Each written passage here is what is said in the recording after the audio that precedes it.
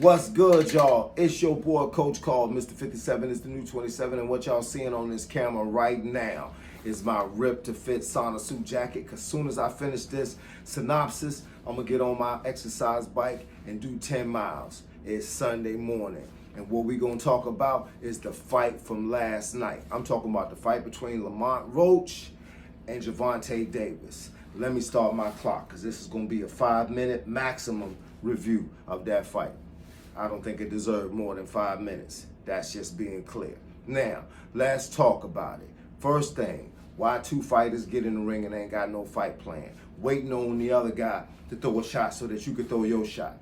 First thing you do in boxing is work on your jab. That's why your jab is so important. Your jab can dictate the direction of the fight. I'm talking about popping that jab around and setting up other shots. Instead, Lamont Roach looked at Gervonta looked at Lamont, and nobody did nothing. You waited for the other guy and tried to counter off what he was throwing. Start off with your jab. I used to have guys back in the day tell me, I didn't know where to throw the jab, coach. He didn't have nowhere open. It ain't supposed to be nowhere open. Throw the jab at everything you see. Throw it at the elbow, throw it at the forearm, throw it at the wrist, throw it at the hand, throw it at the head, throw it at the body. Wherever you can throw the jab at, throw that jab. You need that jab, because that jab is going to separate the distance between you and the other guy. It's going to make you have a fight plan even when he don't. Gervonta was known for this super powerful left hand that knocks everybody out. Only thing is, he couldn't land it. And every time he tried to throw it, he kept throwing it, or he kept throwing it, and he kept leaving all this open. And Lamont kept taxing him right here on the forehead. Now, with that being said, was it a good fight? Not really, depending on who you ask. If Lamont would have stepped his game up and threw them jabs and set up them shots, then the fight would have been different. Instead, he nervously waited on Gervonta to come in, and Gervonta was expecting him to do more than he did, and so because of that, you had rounds that didn't mean nothing. You didn't know who to get rounds to. Now, you talk about, everybody right now is talking about Shakur, Keyshawn, Teofimo, Devin Haney, Lomachenko. Last night's performance of Gervonta Davis, even though styles make fights, he would have lost to all of those guys. Why? Because we have come to see that he can only rely on that powerful left hand. And once that left hand can't hit, you quit. That's the bottom line. And I like Gervonta. I just always thought Gervonta had a lot more footwork, threw a lot more combinations, moved around a lot more, and set up shots, and wasn't afraid to go in and make the work. But instead, he stepped back, let the other guy dictate the pace of the fight. Then when it came down to it, the other guy had his hands up, so he wasn't getting hit with those big shots, but he was catching you because you leave yourself open every time you throw that big shot. Now let me look at my notes and see if there's anything else I want to talk about.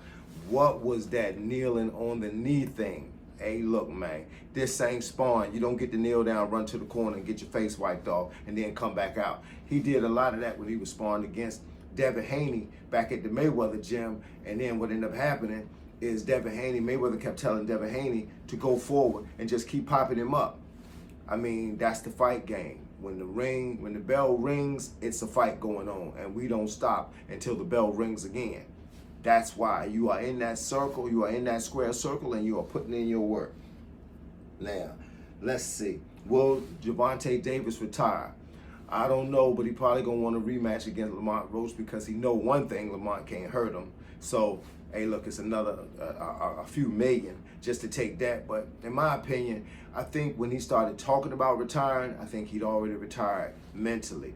What happens to that is you lose your fight, you lose your edge, you lose your push, you lose your discipline, your endurance, your motivation. You lose all those things that's going to help you win a fight.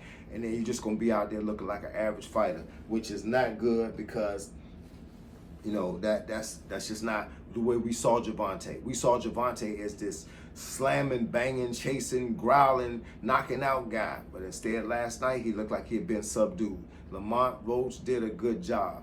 His team did a good job. They showed him how to move. They showed him how to hit. They told him what to watch out for. And they told him, don't get caught. Don't get caught inside trying to play Gervonta's game. Play your game from the outside. The only thing I say Lamont should have done was work that jab. That jab would have been a lot more efficient, a lot more effective. He could have moved around a lot more, and he could have thrown a lot more shots. He could have caught Gervonta a lot more times, and that fight wouldn't have been a draw. Now, was it a draw really? Come on, man. It won't no draw. It's just that when a superstar fighter is close to losing that O, they look at him a little harder. I think what commentators do in boxing is they look at the two names. They look at the big name and look at the small name. They root more for the big name.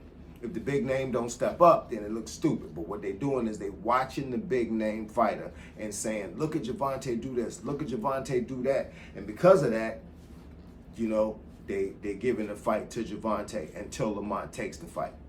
What Lamont did last night is he started persuading everybody. That's why you had one judge that went for Gervonta and two judges that went for the draw. And one of them judges didn't want to overstep his boundaries by saying Gervonta won the fight.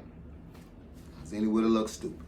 You feel what I'm saying? So in reality, the fight probably wasn't a draw. It probably was Lamont Roach winning that fight.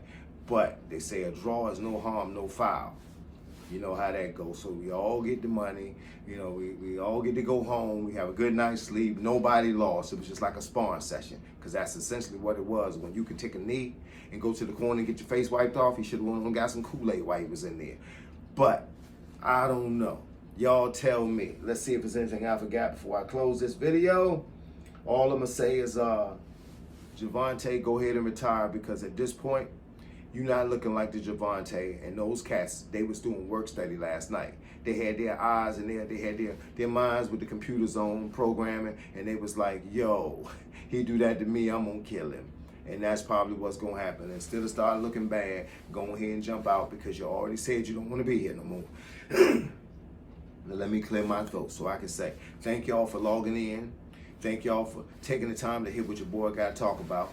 Once again, it's your boy Coach called Mr. 57. It's the new 27, and I'm going to catch y'all on the flip side, because right about now, your boy is out.